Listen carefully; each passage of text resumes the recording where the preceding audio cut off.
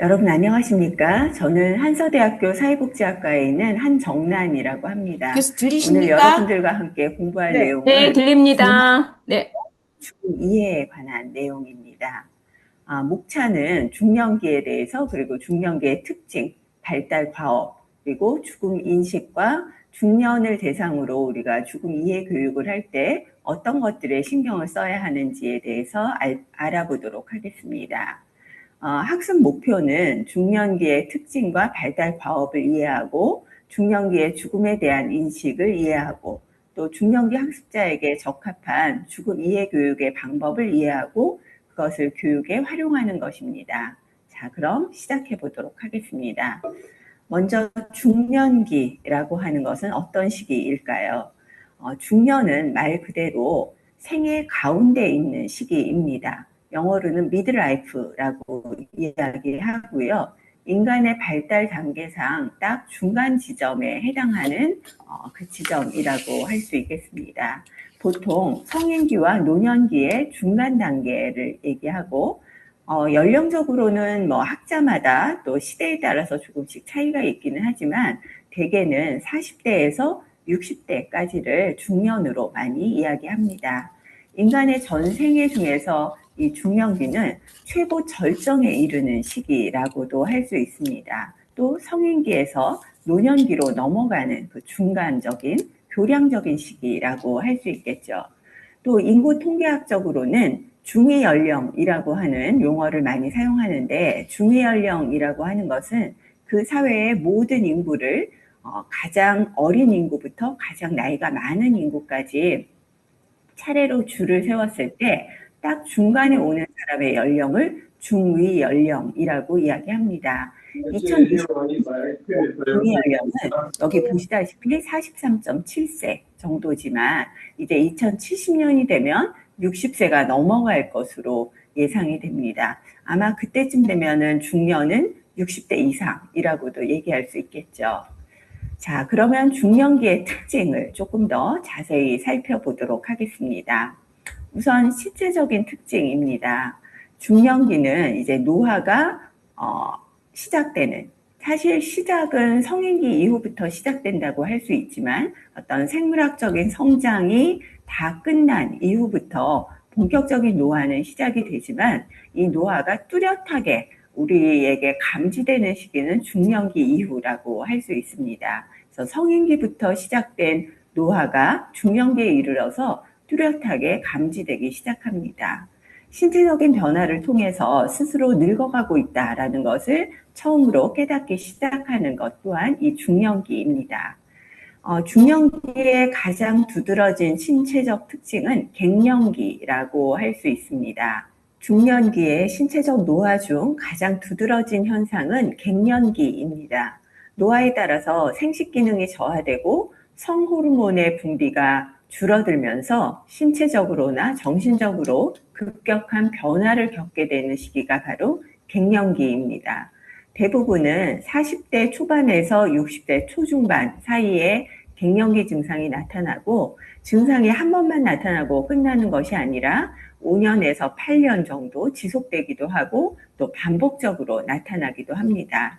신체적인 증상과 더불어서 우울이나 불안, 짜증, 또 예민해지거나 감정 기복이 심해지는 등 정서적인 증상도 같이 동반되게 됩니다.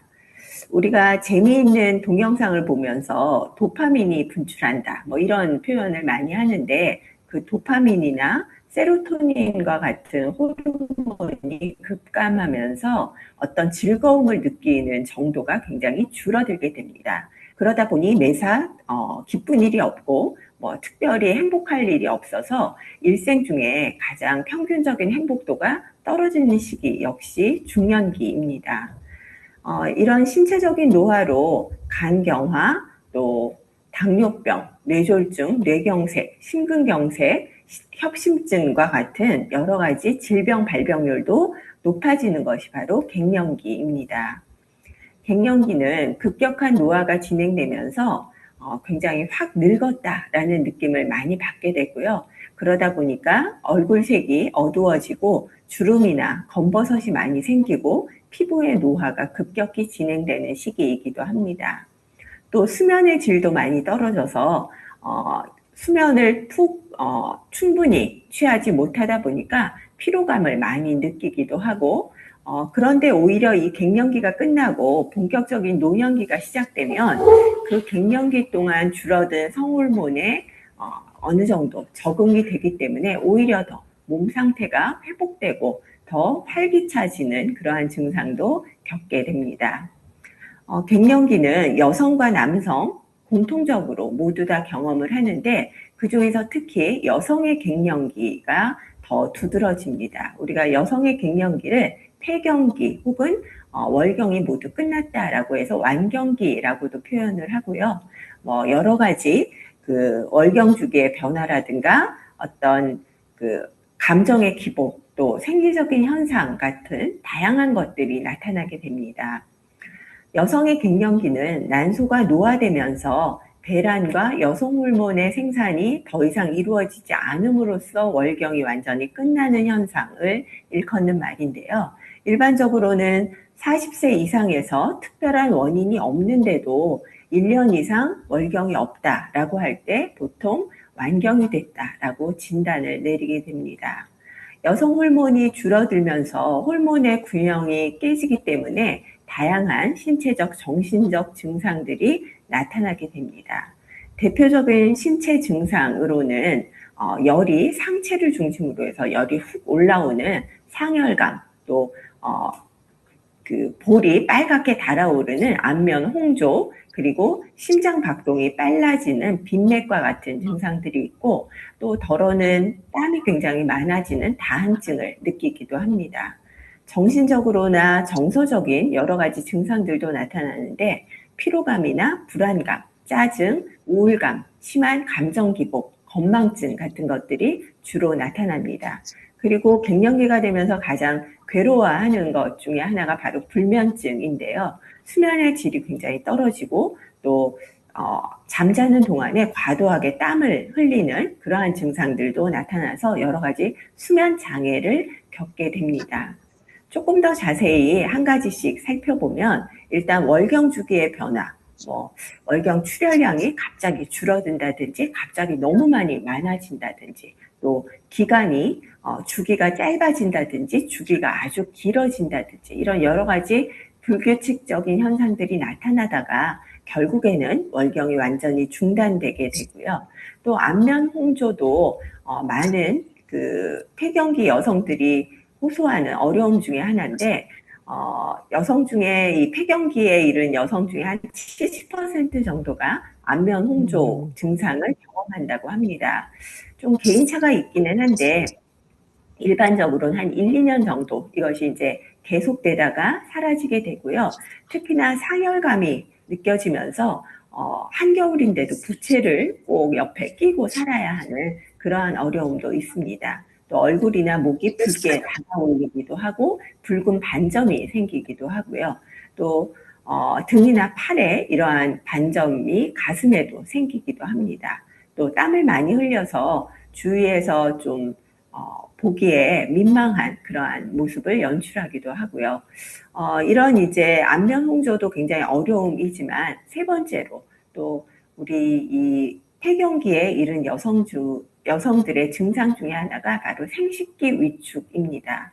에스트로겐이 감소하면서 질 상피의 두께가 점차 얇아지고 그리고 주름이 없어지면서 좀 뭐라 그럴까요? 신축성이 떨어지게 되죠. 그러다 보니까 이제 성교통도 더 많이 경험을 하게 되고요. 질 내부의 산도가 떨어지면서 각종 병균이 증식할 수 있는 환경도 조성이 됩니다. 그러다 보니까 질염과 같은 많은 질병에 노출되는 시기가 바로 이 시기입니다. 네 번째는 배뇨장애입니다. 아마 많은 분들이 이런 경험을 가지고 계실지도 모르겠다고 생각이 되는데 유도의 점막이 위축돼서 배뇨장애를 경험하거나 요로 감염 등으로 자주 병원을 찾게 되는 일도 일어납니다. 선생님, 저기, 잠깐만요. 제가 양해 말씀을 좀 구하려고요. 어, 네, 지금 이게 중년기거든요. 네네. 그 근데, 노년기 오늘 아닌가요? 제가 그렇지 않은데 지금 노년기인데, 근데 이 한정남 교수님께 이렇게 있어가지고 지금 제가 이상하다 싶어서 지금 보니까 중년기인 거예요. 근데 지금까지도 괜찮으셨잖아요. 그죠? 그런데 이거 노년기 걸로 다시 듣도록 네, 하겠습니다. 네, 감사합니다. 죄송합니다. 네, 네. 네. 네.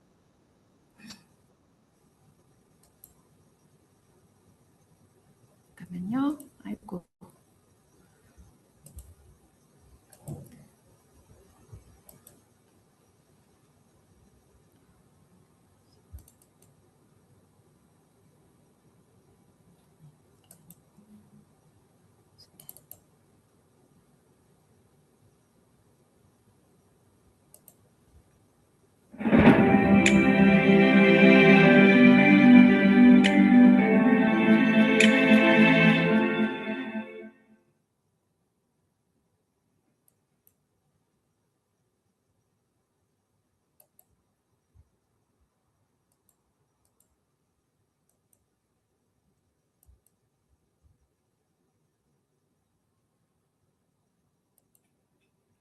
여러분 안녕하십니까? 오늘은 노년기의 삶과 죽음 이해에 대해서 공부해 보겠습니다. 저는 한서대학교 사회복지학과에 있는 한정란입니다.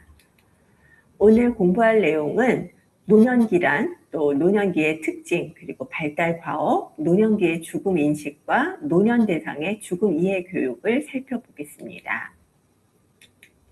오늘의 학습 목표는 노년기의 특징과 발달 과업을 이해하고 노년기의 죽음에 대한 인식을 이해하고 노년기 학습자에게 적합한 죽음 이해 교육의 방법을 이해하고 교육에 활용하는 것입니다. 먼저 노년기란 어떤 시기일까요? 노년기는 old age, 늙을 노의 해년자를 쓰죠. 심신의 활동이 최고로 발휘되는 성인기 이후부터 쇠퇴가 시작된 때를 우리가 노년기라고 이야기합니다. 노년기는 흔히 연령으로 많이 구분을 하지만 이 연령은 굉장히 유동적일 수밖에 없고요. 대부분은 60세 혹은 65세를 노년기의 시작으로 보고는 있지만 노년기 안에서도 워낙 개인차가 크기 때문에 실제로 연령 기준의 의미는 크지 않다고 할 수 있습니다. 우리가 노인을 언제부터 노인인가를 따질 때 여러 가지 기준을 사용하는데 우선 첫 번째 나이를 가장 많이 사용하는 것 같습니다. 역연령, 달력 나이라고 이야기하죠. 그래서 65세부터 노인으로 보느냐, 최근에 여러 설문조사에 따르면 한 70세에서 75세 사이를 노인들은 스스로 노인이라고 정하는 그런 경향이 있는 것을 보는데 이렇게 역연령은 시대에 따라서 개인에 따라서 굉장히 차이가 있습니다.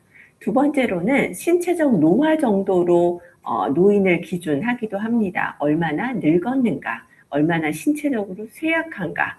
그런데 최근에 보면 정말 건강한 노인들이 많기 때문에 이 신체적 노화 정도의 개인차도 굉장히 크다고 할 수 있습니다. 세 번째로는 사회적 역할과 활동 정도로 노인을 구분하기도 합니다. 현직에 있는가, 퇴직했는가, 모두 다 은퇴해서 이제는 물러나 있는가를 가지고 따지기도 하죠.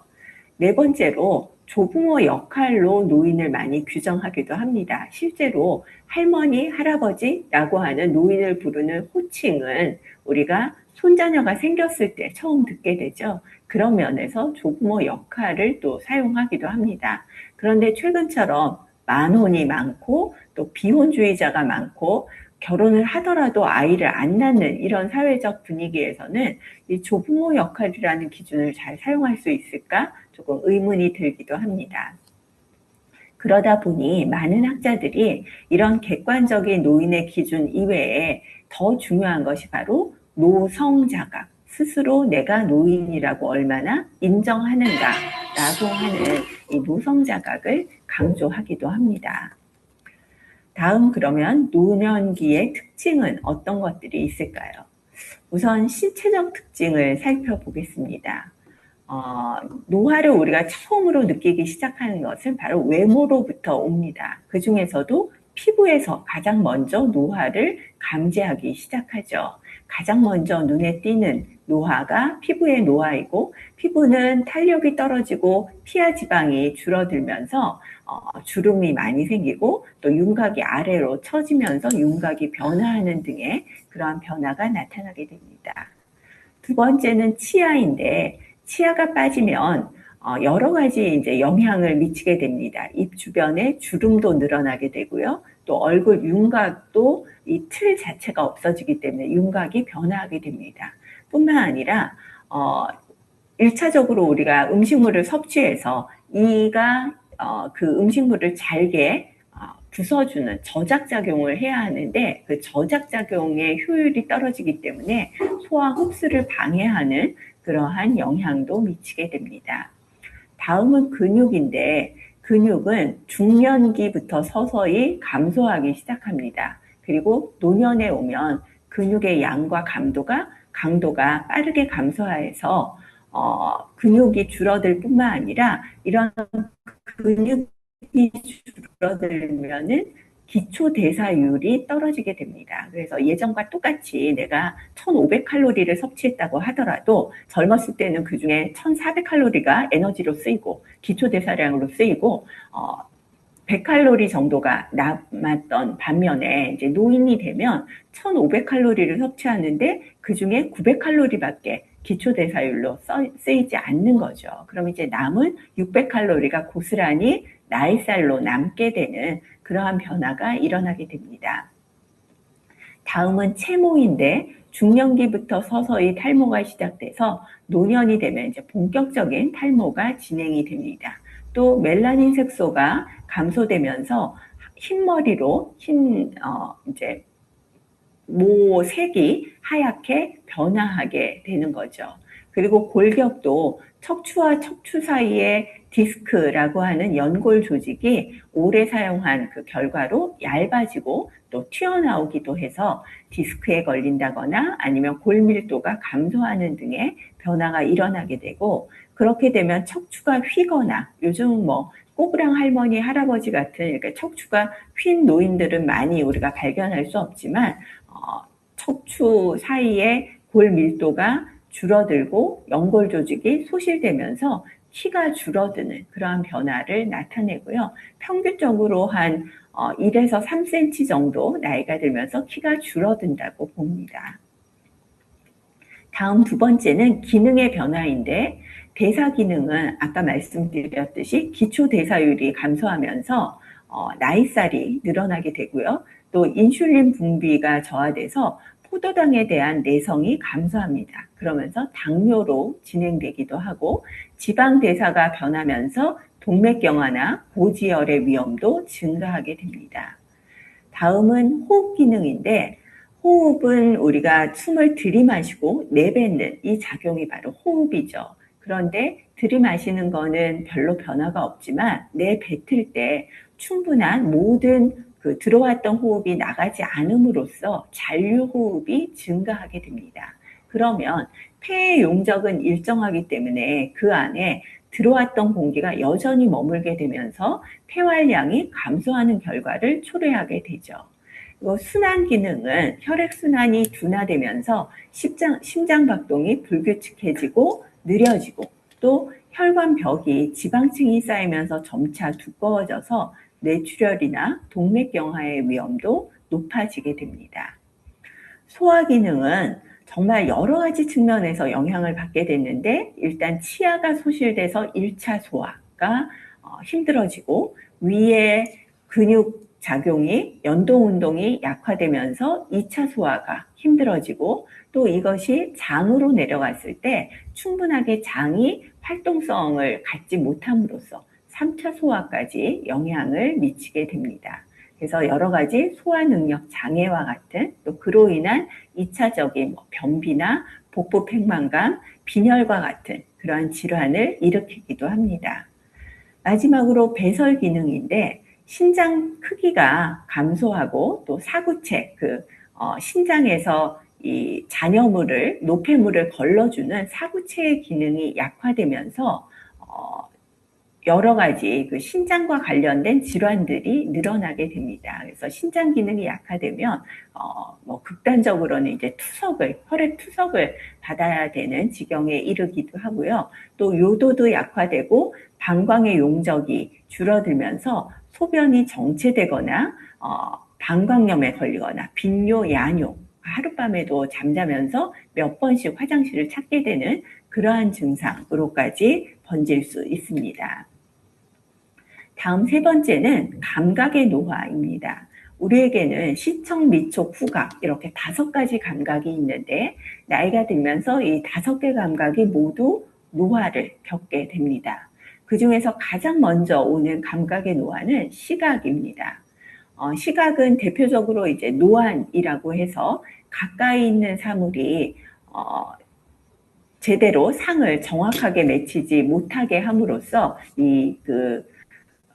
모양근을 잡아주는 근육의 탄력성이 떨어지면서 이 신축성이 떨어지는 거죠. 렌즈를 두껍게 했다가 얇게 했다가 이것이 마음대로 조절이 돼야 되는데 그것이 안 되니까 이제 가까이 있는 사물의 상을 정확하게 맺지 못하는 그런 노안 증상이 나타나고 뿐만 아니라 암수능, 갑자기 밝은 데 있다가 어두운 데 들어갔을 때 우리가 동공을 있는 대로 확장을 해서 주변의 빛을 다 끌어모아 줘야 하는데 그것이 제대로 안 되는 거죠. 동공이 빠르게 움직이지 못하기 때문에 암수능이 특히 어려워지는 현상이 일어납니다. 뿐만 아니라 굉장히 재미있는 현상 중에 하나가 황화현상이라고 하는 건데요. 우리의 렌즈가 노랗게 변해가는 현상입니다.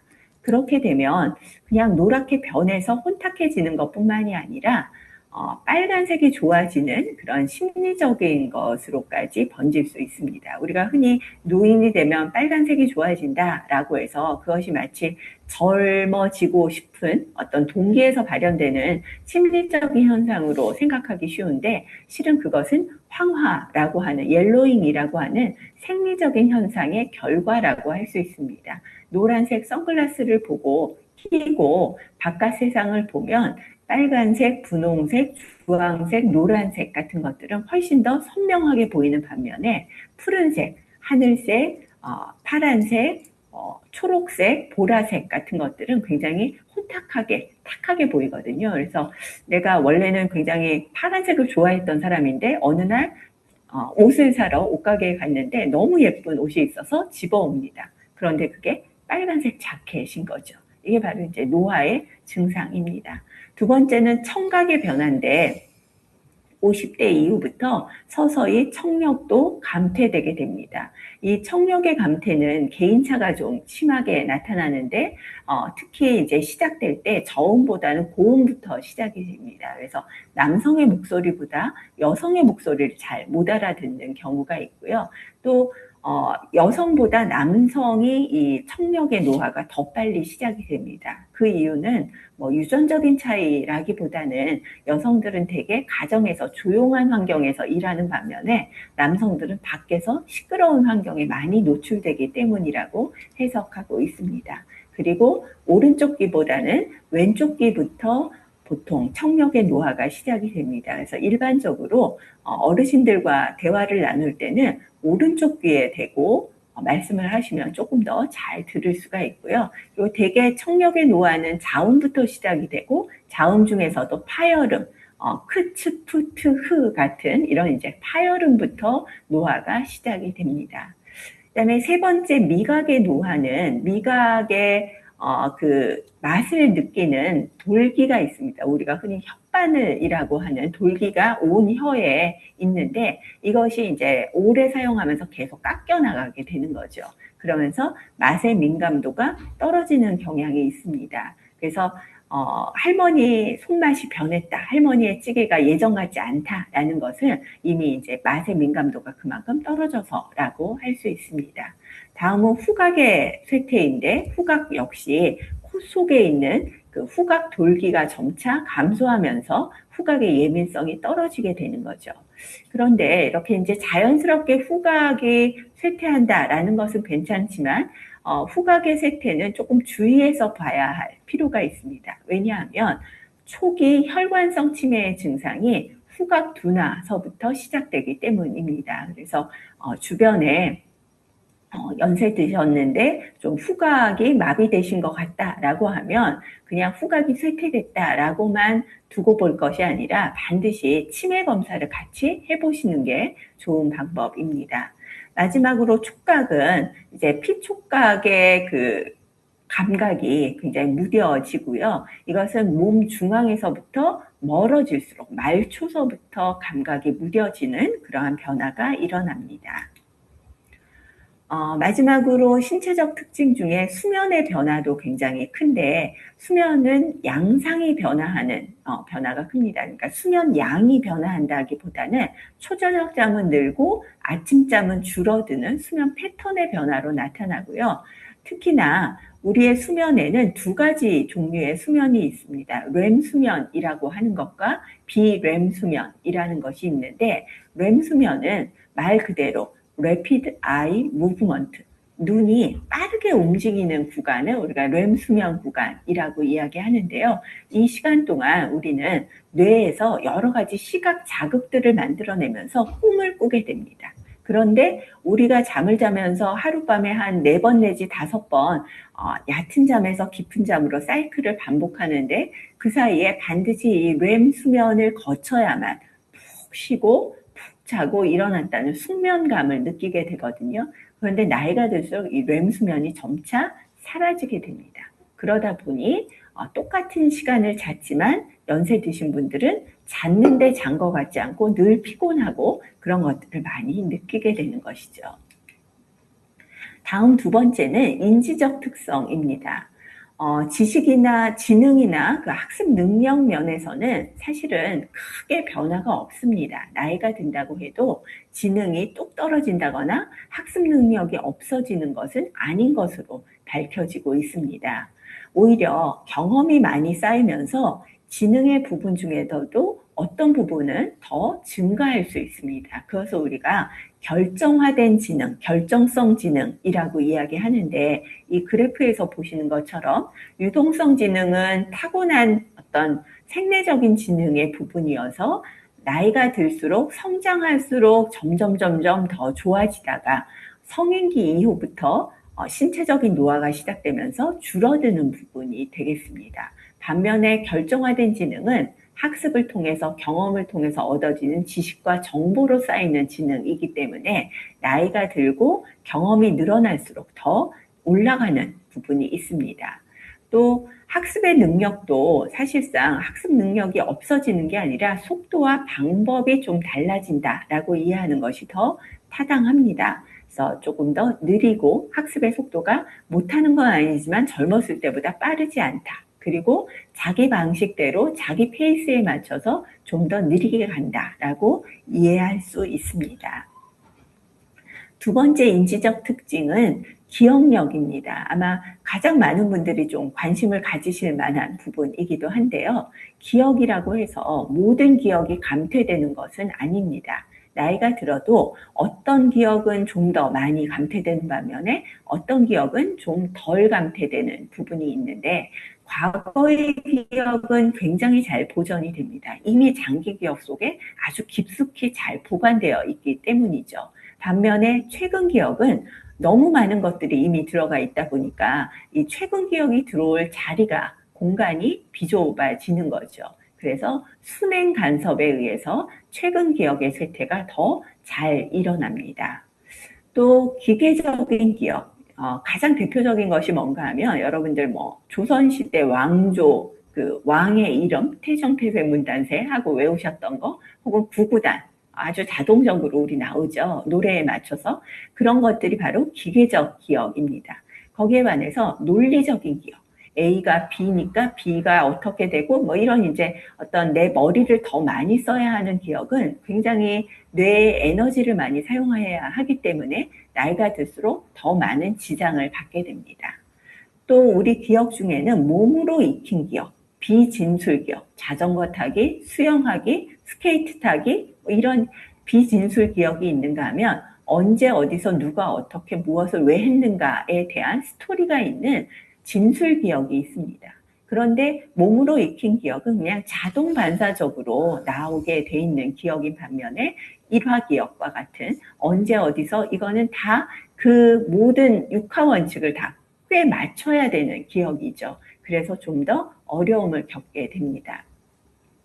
그리고 우리의 기억을 관장하는 감각은 두 가지인데 시각과 청각입니다. 그래서 본 것에 대한 기억과 들은 것에 대한 기억을 우리는 가지고 있는데 이 중에 어떤 것이 좀 더 잘 저장이 되고 좀 더 효율적으로 저장이 되는가 하면 바로 들은 것에 대한 기억입니다. 그러다 보니까 시각적인 기억은 더 많이 감퇴가 되는 반면에 청각적인 기억, 예전에 들었던 음악, 누구의 노래 이런 것들은 쉽게 기억이 떠오르게 되는 거죠. 마지막 기억은 굉장히 재밌는 기억의 부분인데 우리의 기억은 대부분 일어난 일에 대한 것이 기억이죠. 그런데 우리 기억 중에 아직 일어나지 않은 것에 대한 기억이 있습니다. 그게 바로 미래 계획 기억, 조망 기억이라고 하는 겁니다. 예를 들어서 이따가 퇴근하는 길에 세탁소에 들러서 세탁물을 찾아가야 돼. 밥 먹고 30분 후에 약을 먹어야 돼. 이런 것들은 바로 미래 계획 기억입니다. 근데 미래 계획 기억은 아직 안 일어난 것의 기억이기 때문에 내가 스케줄러를 뒤져서 달력을 보고 내 기억을 애써서 끌어내서 해야 하는 그런 좀 더 어려운 기억입니다. 그러다 보니까 나이가 들수록 이 미래 계획 기억에 더 많은 어려움을 겪게 되는 거죠. 그래서 꼼꼼히 메모하고 약도 그냥 드시는 게 아니라 그 다이땡에 가면 아주 싼 그 월화수목금 오전 오후 딱 구분되어 있는 그런 약통이 있거든요. 거기에 두고 기억을 까먹지 않도록 약을 좀 드시면 더 잘 할 수 있다라고 이야기할 수 있습니다. 자, 다음은 정서적 특징입니다. 우리의 성격은 사실 일생을 통해서 크게 변하진 않습니다. 그렇지만 이제 겉으로 나타나는 성격 중에는 변화되는 것들이 있는데요. 대표적으로 어떤 것들인가 하면 시간 전망이 변합니다. 우리가 살아오면서 노년이 되면 살아온 시간이 앞으로 남은 시간보다 훨씬 더 길게 되죠. 그래서 우리의 인간은 자동적으로 굉장히 효율을 중시합니다. 그래서 굉장히 이 계산이 간편한 쪽의 계산으로 나도 모르게 가는 거죠. 그래서 내가 몇 년을 살았는가가 아니라 앞으로 얼마를 살아갈 것인가로 전망이 바뀌게 됩니다. 그래서 어르신들한테 올해 연세가 어떻게 되셨냐라고 여쭤보면 굉장히 오래 걸려요. 답이 나올 때까지. 그렇죠? 왜냐하면 계산을 평소에 안 하고 계시니까. 이렇게 시간 전망이 바뀌게 되면 현재가 중요해지고 지금 바로 당장이 중요해지는 그런 식으로 바뀌게 됩니다. 두 번째는 신체에 대해서 굉장히 민감해지죠. 신체적인 자신감도 떨어지고 자기 신체를 잘 살피지 않으면 내가 큰 일을 본다라는 걸 너무 잘 알고 계시기 때문에 굉장히 예민해져서 덜어는 좀 건강 염려증으로까지 발전할 수도 있습니다. 세 번째는 조심성이 굉장히 많아지는데요. 연장자로서의 체면도 있고 또 신체적인 노화 때문에 좀 미리 앞서서 조심하는 경향도 있기 때문에 더 신중하고 조심스러워지는 경향이 있습니다. 그리고 양성화라고 하는 것은 우리가 중년기에도 살펴봤듯이 이제 성 역할에 대한 어떤 압박감이 좀 줄어들고 자녀들도 다 출가하고 퇴직했고 이래서 그런 압박감도 줄어들고 또 뿐만 아니라 호르몬의 변화에 의해서 남성은 여성화되고 여성은 남성화되는 경향이 있고요. 그리고 마지막으로 친숙한 사물에 대한 애착이 증가합니다.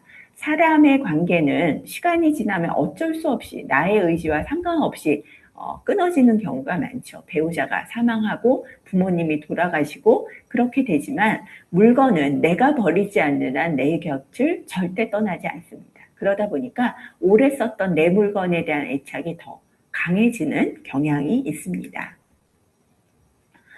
그런가 하면 이제 욕구도 노년기에 새로운 욕구들이 많이 생겨났는데 시몬스는 장수의 욕구, 여가 활동의 욕구, 해방감의 욕구, 적극적인 참여자로 계속 남고자 하는 욕구, 명예롭게 물러나고자 하는 욕구를 갖고 있다라고 이야기했고 또 매클러스키는 학습 욕구를 주로 이야기했는데 환경 적응의 욕구, 표현적 욕구, 공헌의 욕구, 영향력의 욕구, 초월적 욕구를 가지고 주로 노년기의 학습에 임하게 된다라고 설명을 했습니다.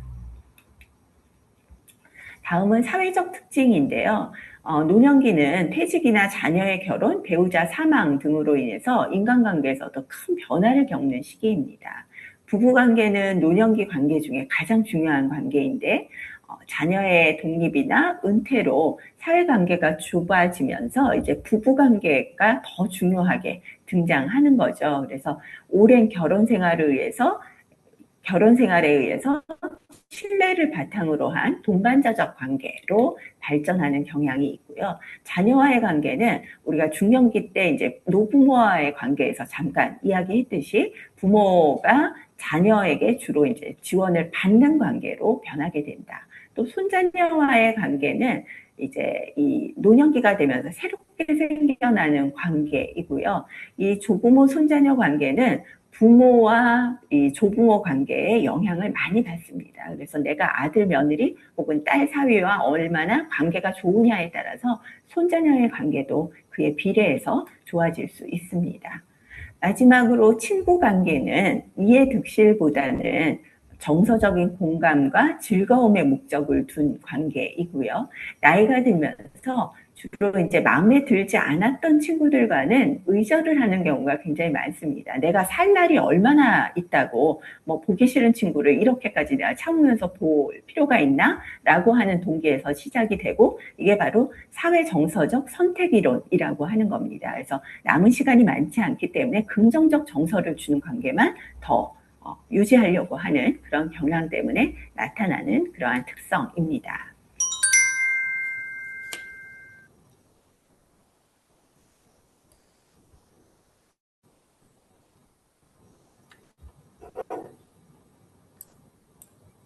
네, 첫 번째 시간이 이제 끝났고요. 그리고 이제 두 번째. 계속 진행해 주세요, 사무총장님. 네.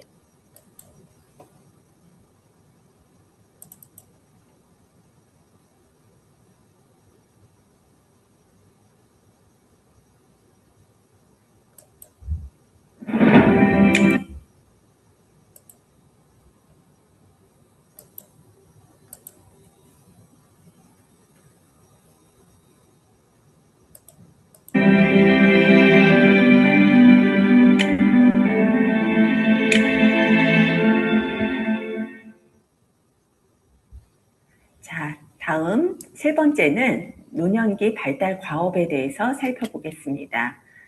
우리가 중년기 때도 이제 발달 과업 이야기하면서 레빈슨과 에릭슨을 살펴봤는데요. 레빈슨은 노년기 전환기 그리고 노년기로 노년기의 특징을 이야기했습니다. 노년기 전환기는 60세에서 65세에 60세 초반이고요. 중년기를 종결하고 새로운 삶을 재평가해서 노년기를 시작하는 시기가 되겠습니다. 그리고 65세부터 시작되는 노년기는 인생의 마지막을 준비하고 노년에 적합한 새로운 인생 구조를 형성해서 내면적인 평화를 추구하는 시기라고 정의했습니다.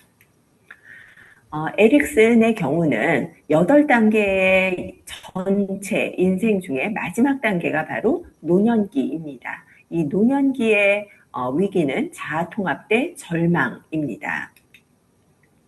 자아통합대 절망이라는 8번째 위기를 경험하는 시기가 바로 노년기이고요. 여기서 말하는 자아통합이라고 하는 것은 외적인 적응에 몰두하기보다는 성숙과 지혜를 갖기 위한 내적인 투쟁을 시작하는 그럼으로써 얻어지는 것이 바로 자아통합입니다. 자아통합에서 가장 중요한 것은 죽음의 인정입니다. 우리가 노년기 이전까지는 앞만 보고 내달리다가 노년에 이르는 순간 내 배우자, 내 부모, 내 친구, 형제들의 죽음이라는 것을 맞닥뜨리게 됩니다. 그 죽음 앞에서 우리는 반사적으로 뒤를 돌아보게 돼 있는데요. 내 뒤를 돌아보면 내가 그동안 살아온 모든 인생들이 그 뒤에 나타납니다. 그 중에 어떤 것은 굉장히 성공적이었던 것도 있지만 어떤 것들은 실패, 또 어떤 것들은 굉장히 창피하고 지워버리고 싶던 순간들도 있죠. 그렇지만 이러한 모든 것들이 쌓여서 지금의 나가 됐다는 것을 인정하는 것, 이것이 바로 자아통합입니다. 그래서 죽음으로부터 출발해서 인생을 돌이켜보고 만족을 그로부터 확신하고 추구하는 것이 바로 자아통합입니다. 즉 자아통합은 내 삶은 그랬어야만 했어 라거나 혹은 다른 어떤 것에 의해서도 대체할 수 없는 나만의 삶이었어 라는 것을 수용하고 인정하는 것입니다. 또 이 중년의 자아통합 이외에 굉장히 중요한 덕목이 있는데 그게 바로 노년의 생성감, 노년의 생산성입니다. 우리가 중년기의 과제를 에릭슨이 생산성이라고 이야기했다고 배우셨는데 중년의 생산성은 사실은 완전한 생산성이 아니다라고 나중에 에릭슨이 고백을 합니다. 왜냐하면 중년기까지만 해도 내 자녀들이 내 곁을 완전히 떠나지 않았기 때문에 피로 맺어진 내 혈육에 대한 관심이 전체 사회로까지 이어지기가 굉장히 어렵다는 것입니다. 그런데 노년이 되면 자녀들이 이제 완전히 독립을 하면서 내 자녀만이 아닌 그 다음 세대, 더 큰 사회에 관심을 갖고 그들을 지원하기 위한 그런 사명감을 갖게 된다라는 것이고요. 이것이 더 소중한 노년의 생성감, 노년의 생산성이라고 강조를 하였습니다. 다음으로 헤비거스트는 노년기의 발달 과업을 6가지로 정리를 했는데 우선 첫 번째는 점차 감소하는 체력과 건강에 적응해 나가는 것. 그래서 노년기의 건강은 젊을 때의 건강과 비교해서 좋다 나쁘다를 우리가 평가하는 것이 아니라 나와 같은 또래 노인들과 비교했을 때 내가 상대적으로 건강한가 아닌가를 보는 것이 더 적합합니다. 두 번째는 은퇴와 그로 인한 수입의 감소에 적응해 나가는 것. 우리가 아무래도 연금을 많이 받는다고 해도 연금이 할 수 있는 소득 대체율은 40%에서 60% 정도밖에 되지 않습니다. 그래서 그렇게 줄어든 수입에 적응해 나가는 것이 노년기의 중요한 발달 과업입니다. 세 번째는 배우자의 사망에 적응하는 것. 우리가 하는 이 죽음 이해 교육과도 관련이 있겠죠. 그래서 배우자의 사망은 슬프지만 배우자가 없는 삶에 적응해 나가도록 노력하는 것, 그리고 동년배와 친밀한 관계를 맺는 것. 많은 노인들이 자신의 노화를 인정하지 않고 자신의 노화를 거부합니다. 그러면서 나는 저 노인들과는 달라라고 생각을 하지만 사실은 우리가 내가 노인인 것을 인정하고 내 또래 노인들과 원만한 관계를 유지하는 것이 바람직한 노년기의 생활이다라는 것입니다. 그다음에 다섯 번째는 사회적 시민적 책임의 이행. 노인으로서 선배 시민으로서 사회에서 해야 할 역할을 찾고 그 책임을 완수하는 것입니다. 그다음에 여덟 번째는 만족스러운 물리적 생활 조건을 구비하는 것인데 신체적으로 쇠퇴했기 때문에 그것에 맞도록 나의 생활 공간을 재정비해야 합니다. 계단을 없애고 경사로를 만들고 문턱을 없애고 화장실에 안전바를 설치하고 이러한 것들을 통해서 건강을 유지하는 것이 중요합니다. 다음은 노년기에 그러면은 죽음은 어떻게 노년기는 인식하고 있는가? 노년기는 죽음과 가장 가까운 시간입니다. 죽음과 가장 가까이 간 시간, 죽음으로 넘어가기 직전의 시간이라고 할 수 있고요. 노인들은 한정된 기간 속에서 삶을 살면서 죽음에 직면하고 있습니다. 언제 다가올지 모를 죽음에 늘 노출되어 있다라고 볼 수 있습니다. 그리고 가까운 주변의 사람들의 죽음을 더 상대적으로 자주 목격하게 되면서 죽음에 대한 불안을 느끼거나 자신의 그 죽음에 대한 준비를 하는 계기가 되기도 합니다. 죽음에 대한 적응과 준비를 노년기에 가장 중요한 과제라고 마샬이 얘기한 이유도 바로 여기에 있습니다. 노인에게 있어서 죽음의 문제는 죽음이란 무엇인가 라고 하는 것이 아니라 어쩌면 당연한 죽음, 기정사실인 죽음을 어떻게 받아들일 것인가에 있지 않는가 생각합니다. 그래서 언젠가는 다가올 죽음을 담담하게 내가 수용하고 그것을 위해서 준비하는 자세가 필요합니다. 그것이 바로 이제 죽음의 정당화라고 하는 개념인데요. 다가온 죽음을 적절하고 타당한 것으로 인정하고 수용해 나가는 과정이라고 할 수 있습니다. 죽음의 정당화는 자신의 전기, 즉 자신의 인생에 대한 정당화이기도 합니다. 자신의 인생을 인정해야만 정말 후회 없고 내가 할 수 있는 모든 것을 잘했고 내게 주어진 책임을 완수했다라는 것을 인정해야만 죽음을 쉽게 우리는 수용하고 정당화할 수 있지 않는가라고 생각이 되고, 이것이 결국은 자아통합이라고 하는 개념과도 관련되어 있는 것이라고 할 수 있겠습니다. 이렇게 노인들이 죽음을 인정하고 또 죽음에 대한 사실을 잘 부인하지 않는 데에 여러 가지 이유들을 설명하고 있기도 한데, 우선 첫 번째로는 간접적인 경험을 너무 많이 했기 때문에, 옆집 노인도 내 친구도 이렇게 많은 경험들을, 죽음의 경험을 하면서 죽음을 수용하고 그것에 순응하는 것이 이미 습관화가 되었다라는 것입니다. 그래서 사회적인 죽음을 경험했기 때문에 부정이나 분노보다는 그냥 담담히 죽음을 받아들이는 것이 습관화된 탓이다라는 설명을 하기도 하고, 두 번째로는 노년기가 되면 이제 만성 질환을 다 가지고 있습니다. 우리나라 노인들 중에 거의 90% 이상이 한 개 이상의 질환을 가지고 살아가시거든요. 이렇게 많은 질병에 너무 익숙해 있다 보니까 죽음의 가능성을 늘 오랫동안 생각하면서 살아왔고, 따라서 죽음을 담담히 받아들이는 것이다 라는 설명을 하기도 합니다. 세 번째로는 퇴직과 같은 어떤 사회적 상실을 경험하면서 죽음 역시도 이런 이제 상실인데, 이 상실의 현실을 절망하지 않고 수용하는 것이 아닌가. 그리고 마지막으로 죽음을 자연의 일부로 바라보고 고통, 슬픔, 사회적 고립, 외로움의 끝이라고 죽음을 생각하기 때문에 죽음을 오히려 기다린다라고 하면 조금 어폐가 있을 수 있지만, 죽음을 그냥 수용하고 받아들이는 그러한 경향이 있다라고 설명합니다. 노년기의 죽음은 그러다 보니까 죽음 자체에 대한 두려움보다는 사실은 죽어가는 과정에 대한 염려와 두려움이 더 큽니다. 죽어가는 과정에서 누가 나를 돌볼까? 누가 나를 마지막까지 돌볼까? 혹은 너무 고통스럽지 않을까? 혼자 외롭게 죽어가지 않을까? 자식들에게 내가 아프고 죽어가면서 짐이 되지 않을까? 이러한 염려들이 더 큰 불안으로 작용하는 경향이 있습니다. 그러다 보니까 죽음의 보편성은 인정하지만 자신의 죽음은 잘 인정하지 못하거나, 혹은 이성적으로 그냥 머리로는 이해하지만 죽음을 감정적으로 잘 받아들이지 못하고 거부하는 노인들도 생겨나는 것입니다.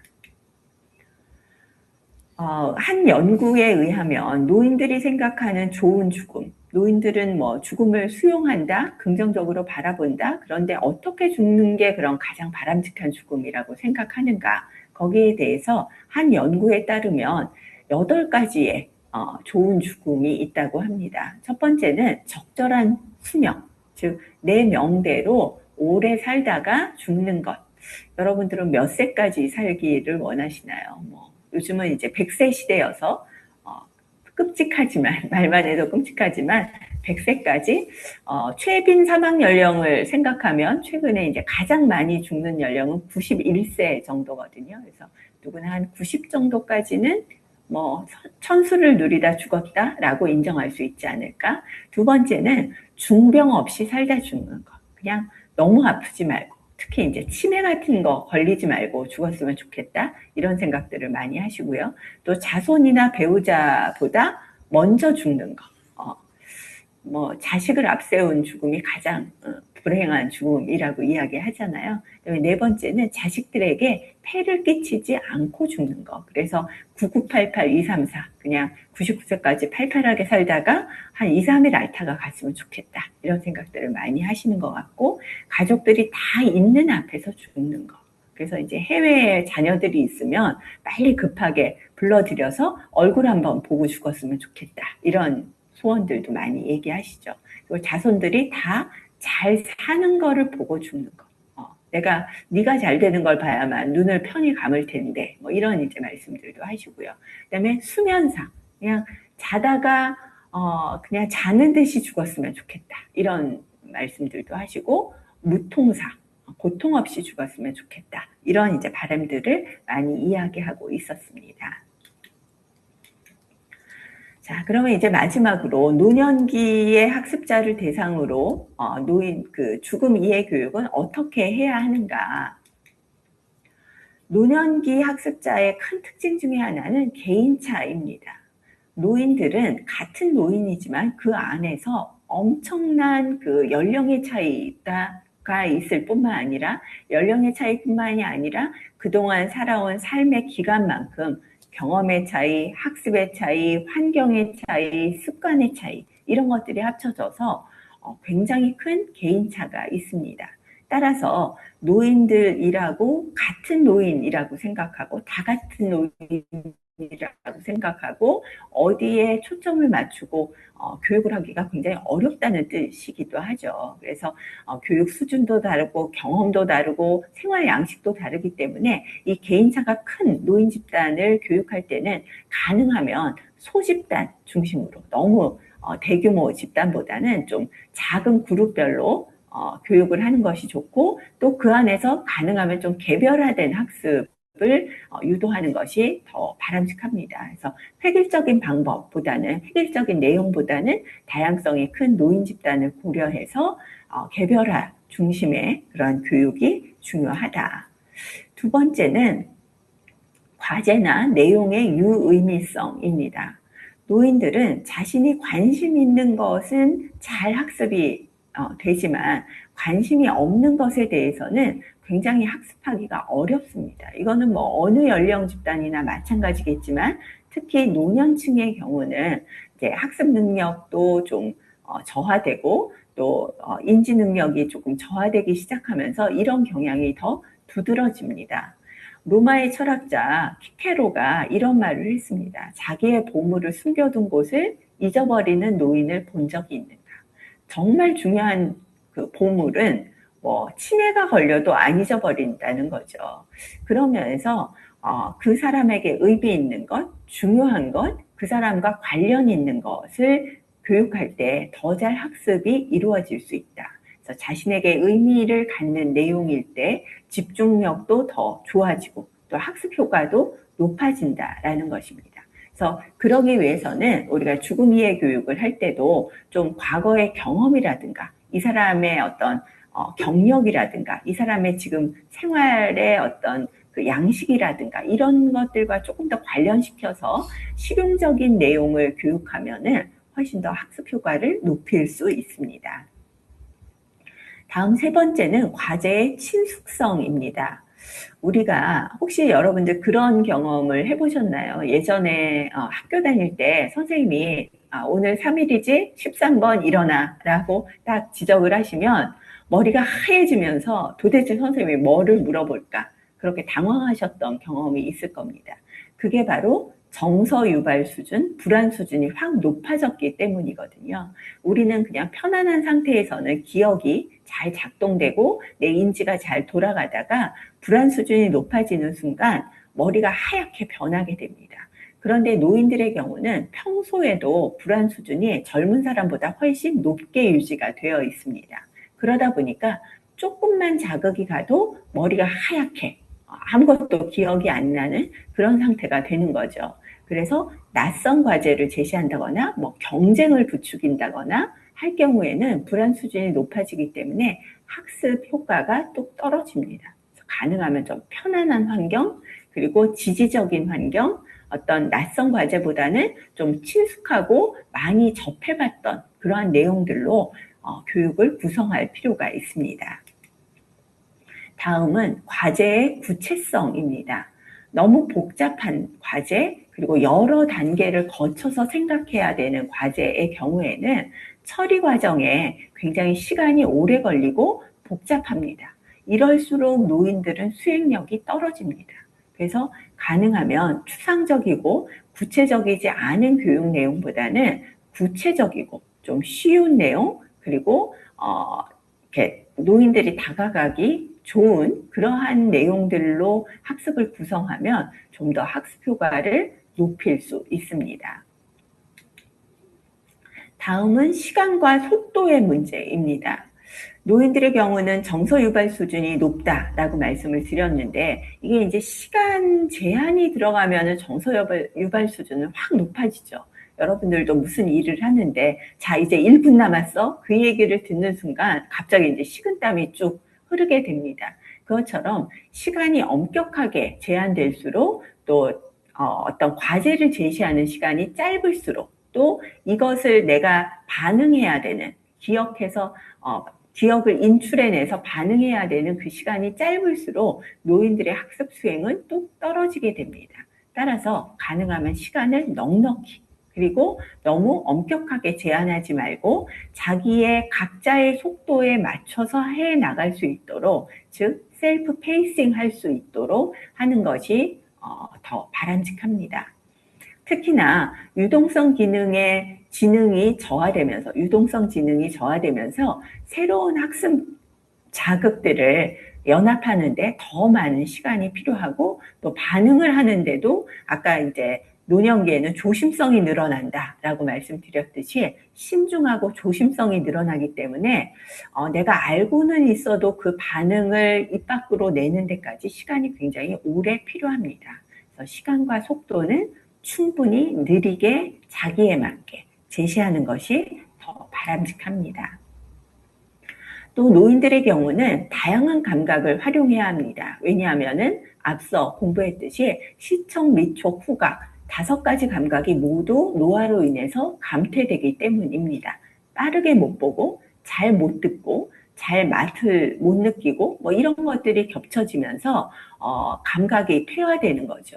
그런데 어떤 교육 자료를 제시하는데 그냥 말로만 들려준다, 즉 청각 자극만 준다, 그러면은 굉장히 학습 능력이 떨어질 수 있죠. 그런데 청각과 동시에 이렇게 화면을 함께 보여준다, 그러면 청각과 시각을 동시에 활용하기 때문에 좀 더 학습의 효과를 높일 수 있습니다. 그래서 같은 교육의 내용이라도 어떤 도구를 사용하는지에 따라서 학습 효과가 달라지기 때문에 좀 더 집중하기 쉬운 것, 또 다양한 감각을 활용할 수 있는 것, 그런 면에서 노인들에게 가장 바람직한 학습 매체는 PPT라는 것이 연구를 통해서 밝혀졌습니다. 우리가 궤도라고 얘기하죠. 이렇게 종이로 돼서 넘기는 그 궤도를 사용했을 경우, 또 프린트해서 학습 자료를 나눠줬을 경우, 그리고 PPT를 사용했을 경우, 이렇게 이제 비교를 해봤더니 노인들에게 학습 효과가 가장 좋았던 것이 바로 파워포인트였습니다. 그 이유는 파워포인트는 일단 활자가 크고요. 그리고 저는 사용하지 않았지만 이제 애니메이션 효과 같은 거를 넣거나 아니면 색깔을 달리해서 강조할 수 있는 여러 가지 장치들이 있죠. 그래서 노인들의 학습에 훨씬 더 효과적인 것으로 나타나 있습니다. 가능하면 좀 시청각 교육, 또 직접 할 수 있는 체험 교육, 다감각을 사용할 수 있는 교육을 활용하는 것이 바람직합니다. 그리고 마지막으로 노인들의 경우는 편안한 수업 환경 조성이 필요합니다. 정서 유발 수준, 불안이 높기 때문에 자칫 잘못하면 학습을 방해할 수 있습니다. 그래서 조금의 어떤 그 자극만 주어도 정서 유발 수준이 확 높아질 수 있기 때문에 그런 것을 방해하는 요인들을 최대한 줄여야 되고요. 신체적인 노화와 대응력이 떨어지는 것에 따라서 작은 변화에도 흥분이나 불안, 긴장이 높아질 수 있기 때문에 주의해야 합니다. 또 특히나 경쟁을 부추긴다거나 누가 잘하시나 지금부터 보겠습니다, 누가 먼저 대답하시는지 보겠습니다, 이게 교수자가 사용할 때는 아주 별거 아닌 멘트인 것 같지만 노년기 학습자들이 받아들이기에는 굉장히 불안이 높아질 수 있는 부분이어서 경쟁이나 불안이나 낯선 학습 상황은 가급적이면 피하고 좀 협동적이고 칭찬을 많이 해드리고 격려하고 지지하는 그러한 학습 환경을 조성하는 것이 필요합니다. 그 밖에 이제 노년기 학습자들에게 필요한 여러 가지 주의사항들을 좀 한번 살펴보면 우선 첫 번째는 강사의 태도가 굉장히 중요합니다.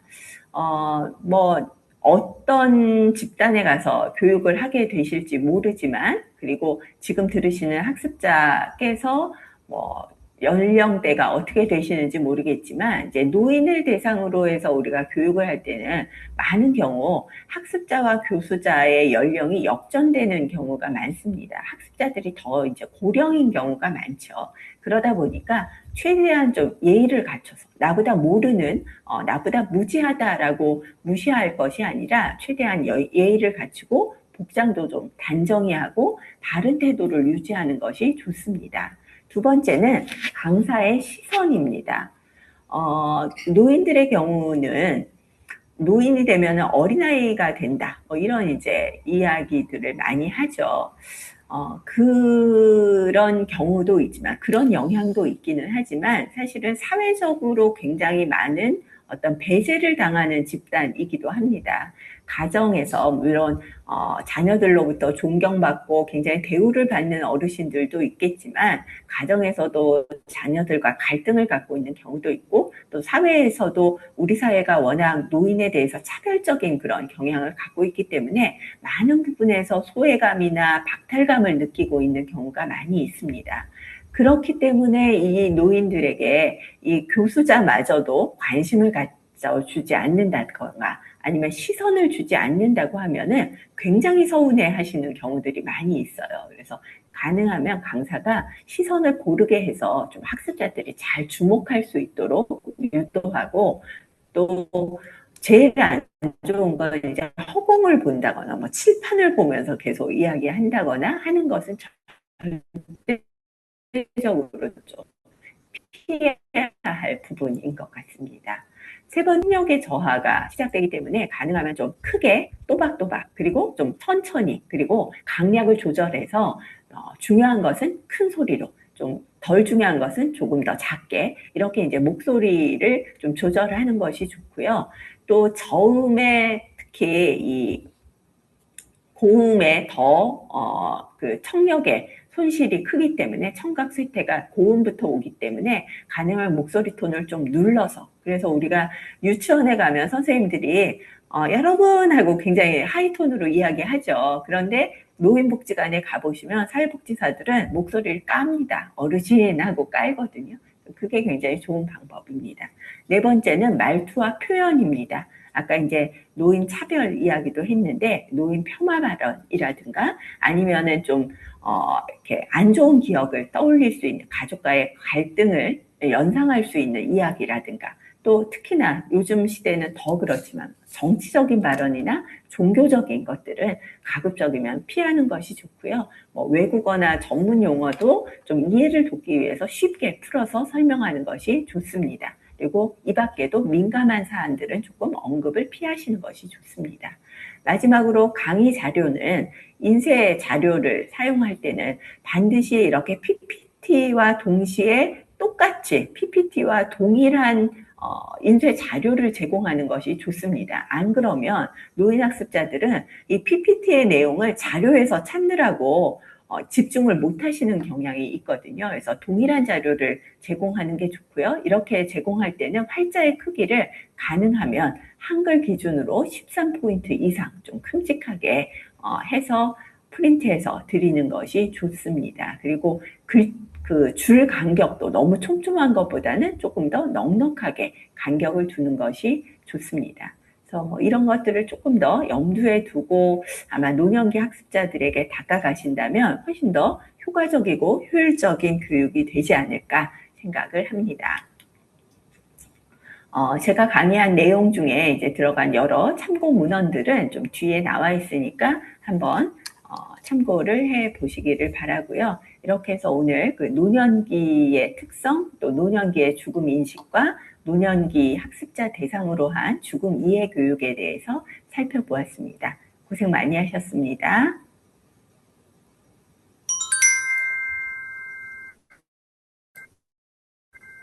네. 어떠셨어요? 그 교수님의 강의를 들으면서 어떤 부분에서는, 아, 맞아. 나도 저런데, 저게 저렇게 나만 있는 그런 게 아니라 정말 되어져가는 우리가 삶에 있어서 되어가는 과정이구나라는 동감도 하셨을 테고, 아직 그런 일이 없었던 분들은, 아, 앞으로 나도 그럼 예방주사 맞는 것처럼, 그런, 삶의 그런 그 여정들이 있겠구나라는 것도 이제 생각을 하셨을 것 같습니다. 네, 이제 그러면 김명래 사무총장님, 우리 소그룹으로 나눠. 네. 네, 오늘 소그룹은 주제가 그러니까 토의 내용이 같습니다. 우리 이현 사무총장님이 보내주신 오늘 소그룹 토의의 그 내용이 제가요 잠깐만 저도 어디다 뒀는지 우리 화면 띄울게요. 네, 사무총장님, 띄워주세요. 네, 제가 네, 화면을 띄워주세요. 네, 네, 네, 네, 네. 네. 오늘 강의를 띄워졌나요? 네네, 띄워졌습니다. 느낀 점을 간단히 나눠봅시다. 그래서 첫 번째가 삶의 회고와 자아 통합. 지금까지 삶을 돌아볼 때 하나님께 가장 감사한 삶의 열매는 무엇입니까? 두 번째, 노년기의 발달 과업. 나이가 들면서 포기해야 했던 것과 새롭게 얻게 된 것은 무엇입니까? 이 두 질문을 가지고 하시는데요. 오늘은 인도자는 1그룹, 2그룹, 3그룹, 4그룹 똑같습니다. 그런데 거기 계시는 그룹 멤버들은 오늘부터 교체하도록 하겠습니다. 여러분, 지금까지 이제 세 번 만나셨잖아요. 그러니까 이제 앞으로 남은 또 세 번은, 우리가 또 다른 분들하고 또 이렇게 그룹 토의를 하도록 하겠습니다. 그래서 무작위로 저희가 추출해서, 우리가 이게 여러분들을 모셔드리도록 하겠습니다. 자, 시간이 지금 8시 10분인데요. 저희가 또 8시, 지난번에 30분 드렸잖아요. 그래서 오늘도 30분 드리겠습니다. 그래서, 저희 뉴욕 시간으로는 이제 8시 10분이라 치면 8시 40분, 중부 시간으로는 7시 40분, 서부 시간으로는 몇 시인가요? 6시 40분인가요? 다시, 아니, 5시, 5시 5시 40분. 10분. 예. 5시 10, 아니, 40분에 돌아오시라 이거죠. 40. 네. 네, 30분 후에 뵙겠습니다. 그룹 토의 발표는 한, 사무총장님 시작하세요. 네. 네, 네. 아유, 그룹 토의 30분이 사실 굉장히 짧죠. 더 많은 그 장을 열어드리고 더 많은 토론을 좀 하실 수 있도록 하면 좋은데 이제 시간 관계상 그렇게 하지 못함을 안타깝게 생각합니다. 오늘 어떻게 보면 굉장히 많은 공감이 되는 이제 그런 시간이었을 것 같아요. 그래서 이 나의 노년기가 어떻게 내가 이 자아 통합을 내 삶을 자아 통합을 할 수 있고 그리고 죽음을 수용하면서 남은 삶을 어떻게 살아갈 수 있을지에 대한 부분을 이제 생각해보고 그리고 그것이 사회적으로 또 뭐 정서적으로 신체적으로 이제 어떤 변화가 있는지 이제 그런 부분들을 함께 이제 생각을 해보았습니다. 조별로 잘 발표를 하셨을 텐데 토론을 하셨을 텐데요. 먼저 오늘은 제가 그냥 지적해도 되겠죠. 지정해도 되겠죠. 네, 그럼요. 네. 혹시 3조는 어떠실까요? 3조에서 누가 발표하시겠습니까? 저희가 3조인가요, 사무총장님? 네, 네, 맞습니다. 네, 아, 예. 네. 어떻게 넘버원이 없고 세 번째가 첫 번째를 안 돼. 네. 저희는 지금까지 삶을 돌아볼 때 하나님께 가장 감사한 거, 열매. 그 부분에서는 이민 오게 하신 것에 감사하고 한국에서 있었다면 너무들 바쁘게 사시니까 지금도 봐도 아마 신앙생활을 제대로 못했을 것이라는 생각을 했고요. 또 하나님을 진정으로 만나는 시간이 그만큼 더 줄었을 것이고 또 우리가 또 이런 삶 속에서 물론 미국도 뭐 바쁘지 않은 사회는 아니지만 그래도 하나님 앞에 우리가 성실하게 설 수 있다는 거 감사하고 또 우리가 또 현직에 지금 노인센터 운영하시는 목사님이 계세요. 그래서 이제 뭐 아름다운 죽음을 맞이하기 위한 그 적응 학습을 하시는데 매 마무리할 때 인생을 마무리할 때 회고할 때 감사로 마치자는 그 말씀 참 좋았고 또 그분들 중에서도 또 상처나 고독 외로움 고통으로 인해서 희생에 대한 아쉬움을 많이 갖고 계셔서 그분의 삶의 재해석에 대한 격려, 칭찬이 필요한 것을 느끼셨다고 합니다. 그리고 또 아직 중년기라서 다행이긴 하지만 항상 뛰어다니던 삶에서 이제는 조금 내려놓고 천천히 하면서도 그거 뛰어다니지 않아도 그렇게 해야 되는데 하는 그런 마음의 부담은 없고 괜찮아. 천천히 해도 괜찮아. 두 가지 중에 한 가지만 해도 괜찮아 하는 그 마음이 생겼고 이해를 하게 되고 자기 자신을 이제 격려하게 되고 노년기를 해야 하면 지식이 아닌 현실을 이해하는 것으로 다가온다고 말씀하셨습니다. 또 우리가 이제 포기해야 했던 것들 있죠. 나이 들면서 포기해야 했던 것, 해야 했던 네. 것들, 폭넓은 사회생활을 하면서 이제 그렇잖아요. 자식들이 이제 어느 정도 커가니까 자식들에 대한 그 뭐랄까 보호 본능이 좀 내려놓는다랄까요? 대신 이제 또 나이가 더 들수록 자식들한테 의지하는 그 시간이 많아지고 일이 많아지니까 그 대신 자신의 시간이 더 가질 게가 많으니까 어디 가서 봉사하더라도 헌신하더라도 노년은 즐겁고 행복하고 지금 현재가 기쁩니다 하는 이야기를 나눴습니다. 또한 어, 포기하는 것은 하나하나 체크하면서 살던 삶을 이제는 그냥 다 안 했더라도 체크하는 것을 좀 내려놓고 이제 수용하게 됩니다. 한 가지를 다 못하더라도 우리가 여러 가지를 체크하는 삶에서 한 가지, 두 가지 빼놓더라도 이제는 모든 것을 하나님께 맡기고 가는 것이 인생이다 하는 말씀하셨습니다. 또한 해왔던 일을 줄이고 있습니다. 그다음에 주일학교 성가대가 방학이라서 낯설었지만 그게 처음엔 낯설어서 왜 주일학교 성가대가 방학을 하지 했는데 이제는 좀 이해가 된다고 하십니다. 왜? 우리하고도 미국 교회는 또 우리하고 틀리니까. 그래서 또 지혜가 생기는 건 또 우리 부모님을 이해하게 되고 전화도 하게 되고 자주 하게 되고 또 내가 부모님의 친구 상대가 되어지니까 그것이 가장 부모님들한테 필요한 것이 아닌가 하는 생각을 했습니다. 우리가 이렇게 또 감사 열매를 마무리한다고 하면은 어떻게 생각하면은 감사 열매가 지금은 아직은 나이가 있으니까 뭐 있다고 이게 감사 열매다 할 수는 없지만 삶의 여유를 깨닫는 게 감사가 아닌가 하는 말씀 나눴습니다. 이상입니다. 네, 네, 감사합니다. 아유, 정말 제가 두서지었습니다. 그 짧은 시간에 참 의미 있는 그런 시간들을 보내신 것 같아요. 그래서 내가 생각한 느낌, 그 다음에 또 이제 다른 분들이 느낀 느낌들을 서로 나누면서 정말 아름다운 꽃이 피어난 것 같은 그런 생각이 들었습니다. 아까 말씀하신 것 중에, 막 이제 지금 감사한 삶의 열매, 뭐 그런 이제 이야기를 할 때, 천천히 해도 괜찮아. 그러니까 자기 자신을 격려할 수 있는 예전에는 왜 나는 왜 이렇게 못할까? 나는 왜 이렇게 뭐를 해도 제대로 되지 않을까? 뭐 이제 그런 것들은 아마 우리 다 같은 공통적인 생각이었을 텐데 천천히 해도 괜찮다라는 말씀을 저도 들으면서 그게 굉장히 큰 위로가 되더라고요. 여러분들 다 그런 생각 하셨을 것 같습니다. 네, 그 다음에 이제 1조가 발표를 해볼까요? 네, 1조 발표자 송은순입니다. 예, 저희는 그 정부가 인정하는 노인 65세 이후가 있는 사람이 2명이고요. 정부가 아직 인정하지 않은 노인들이 3명이었습니다.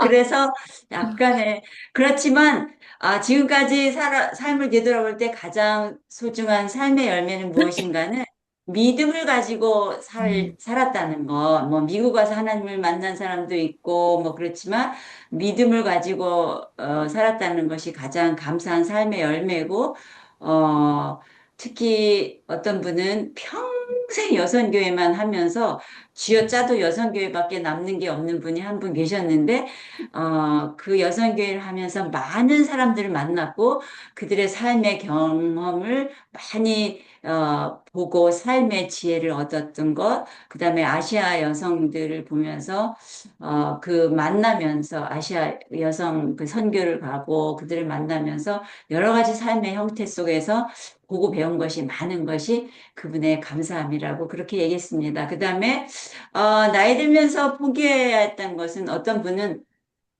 눈 때문에 평생 했던 성가대를 포기했습니다. 그랬더니 주일 아침에 그 여유와 예배에 집중할 수 있는 그런 여유가 생겼다고 하는 그 말씀도 있습니다. 그러니까 무엇을 포기했더니 또 다른 얻는 것이 새롭게 있었다고 하는 구체적인 것 중에 그거고요. 그 다음에 이제 다른 분들의 또 공통점은 뭐냐면은 그러니까 삶의 그 시간적인 그런 여유, 그다음에 안정감.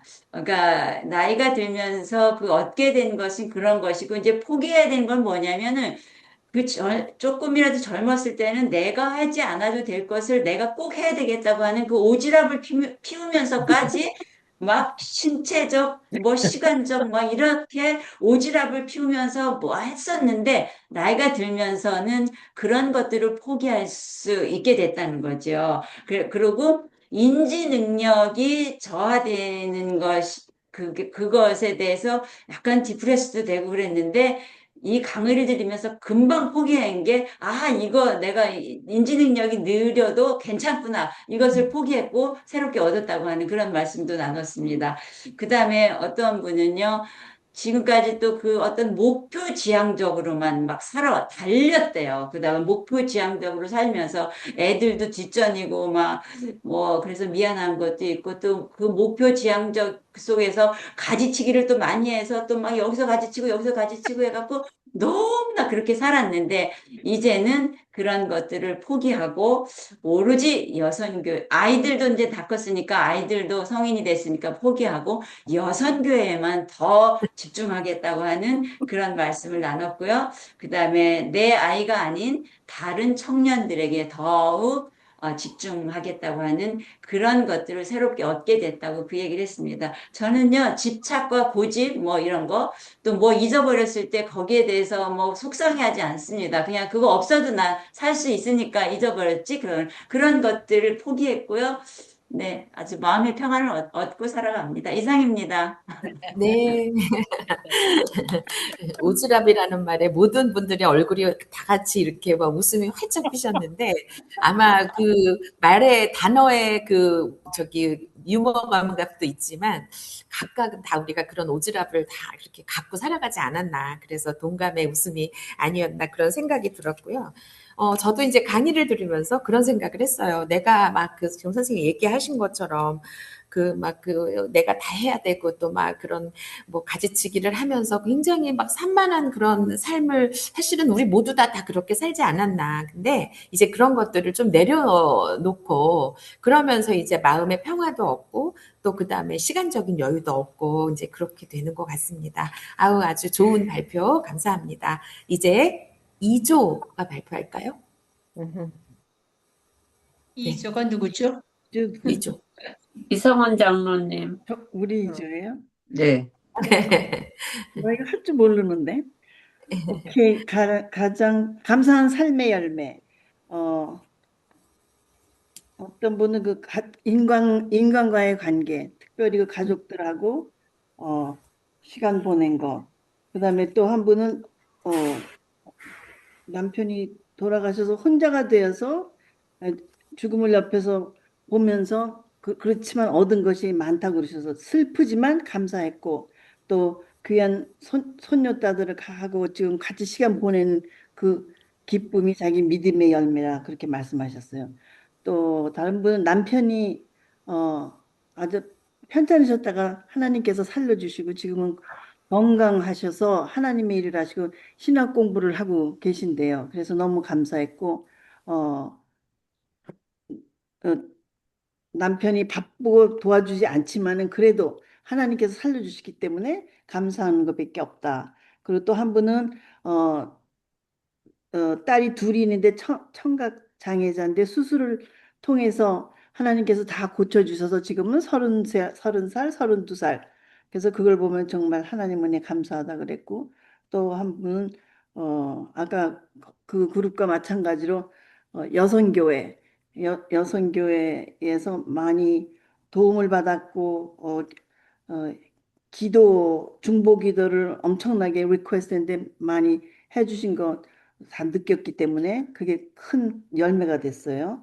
또 포기했던 것 보면은 한 분은 피아노를 배우고 싶어 했는데 이제 포기하셨고, 또 지금은 은퇴를 해서 보니까 시간의 부자가 되셨다 그러셨습니다. 또 딴 분은 남편 계실 때 남편이 많이 서포트를 해서 잘 하고 싶은 거 다 했지만 지금은 남편이 가셨지만 안 계시기 때문에 다 내 마음대로 할 수 있다. 그리고 교단 일을 교단 일을 많이 하시고, 또 특별한 것은 거기에서 만나는 분이 이 권사님을 위해서 이렇게 기도해 주신다. 그 얘기를 들을 때 너무 감사했다. 그러시고, 또 한 분은 식구들, 딸, 아들도 메디컬 스쿨 다 갔는데 공부하다가 자기는 커피숍 바리스가 된다고 퀴트해 버렸고, 어, 자기는 아들, 딸 다 포기해 버렸대. 그리고 지금은 나를 위해서, 내 자신을 위해서 쓴다고. 그거 보니까 너무 I'm so proud of her. 그게 다 같은데요. 부족된 거 있나요? 정말. 네. 감사합니다. 음. 네, 아이고, 장로님, 뭐 못하신다고 처음에 막 그러시더니 뭐 아주 청산 유수로 못, 못해. 그 또 한 그룹에서 가지. 있었던 토요일을 아주 잘, 내 거는 안 네, 됐다. 나는 맞아요. 풀타임으로 뛰면서 막 일하고 그래서 시간이 하나도 없었는데 이제 은퇴를 하고 나니까 시간이 널널해서 그림을 그려 너무 엔조이합니다. 그래서 이렇게 내가 탤런트가 있는 거를 늦게 찾아냈고 선생님이 칭찬해. Most improved student. 와. 이성훈 장로님 그거 모아서 우리 여선교회 바자회 작품 아, 도시하세요. 도시에. 선교 모금. 와우, 각각 그 말씀들을 들으면서 언제 저분의 달란트와 저 재능을 공유할 수 있을까를 생각하시는 우리 김명래 사무총장님 아주 틈새를 잘 아주 포착하시는 것 같습니다. 네, 너무 아름다운 공동체예요. 이제 그 3조도 했고 1조도 했고 2조도 했는데 남은 조가 몇 조죠? 4조입니다. 네, 네, 4조는 네. 누가 발표하시죠? 네. 마지막 조인가 보죠? 예. 네. 우리도 삶의 회고를 통해서 본 감사의 삶의 열매를 수여했는데요. 아까 나온 거 비슷해요. 우리 회원들. 저 크리스찬이 된 것으로 감사한다고 그랬고, 크리스찬 된 거 플러스 여성계 회원이 돼서 너무 감사하고, 또 잘할 때는 여성에 대한 기대가 별로 없어서 그 존재감이 없었는데 점점 자라면서 여성으로서 또 엄마로서 그 존재감이 커지고 굉장히 또 할머니까지 되면서 그 여자로 태어난 것에 대한 감사가 늘어난 것이고요. 또 어떤 사모님은 자녀가 믿음으로 성장해서 청지기 사명을 다했기 것 같아서 너무 감사하다고 말씀하셨습니다. 그리고 직장 생활을 잘 마무리하고 또 건강 관리도 잘 하셔서 은퇴 후에 교회 생활에 열심을 내고 여성교회 연합 활동도 잘 할 수 있어서 감사하다고 말씀했고요. 또 어떤 분은 또 남편과 다른 각도에서 보다가 전부 그 많은 면에서 반대 의견이 많았는데 지금은 나이가 들면서 점점 가까워지는 그래서 너무 감사하다고 아마 대부분 다 그렇게 느끼시는 것 같아요. 그다음에 나이가 들면서 포기했던 것과 얻게 된 것. 어떤 분은 내가 참는 게 내가 참아야지 마음이 편해지더라. 그 참는 것에 대해 도가 트이신 것 같고요. 그리고 참고 나서 감사하는 마음이 들었다고 하시고요. 또 은퇴 후에 넉넉함과 여유가 있어져서 감사한다는 건 많은 분들이 공감했습니다. 그리고 어떤 분은 또 글을 쓰려고 노력을 글 쓰는 거에 대한 열심을 내려고 그랬는데 이제 그걸 포기하고 남의 글을 읽음으로써 마음의 여유와 행복을 가졌다 느끼게 되었다 그렇고요. 또 어떤 분은 해야 할 것을 줄이고 말할 것도 줄이고 그렇게 좀 줄이는 것을 생각하면서 하나님을 더 의지하는 그 믿음이 더 두터워진 것 같다고 얘기를 하셨어요. 또 어떤 사모님은 60대 노년기 증상을 체험하시고 그 노화의 증상을 인정하는 것을 또 이 세미나를 통해서 깨닫게 됐다고. 그래서 육체적인 연약함이 있지만 또 영적으로 쇠퇴하지 않는 영적 강건함을 어, 느끼게 되는 것 같아서 감사하다고 그랬고요. 또 옛날에는 조급함이 있었는데 대신에 지금은 기다리는 지혜가 생겼다는 것을 다 같이 공감을 했습니다. 또 우리 자유 프리 토킹에서 우리 죽음을 보는 관점이 자연스러워졌다는 거. 옛날에는 죽음이 남의 것, 또 두려운 것을 생각했는데 지금은 죽음을 보는 관점이 자연스러워졌다는 거. 그 다음에 죽음을 자연스럽게 받아들일 수 있게 된 거.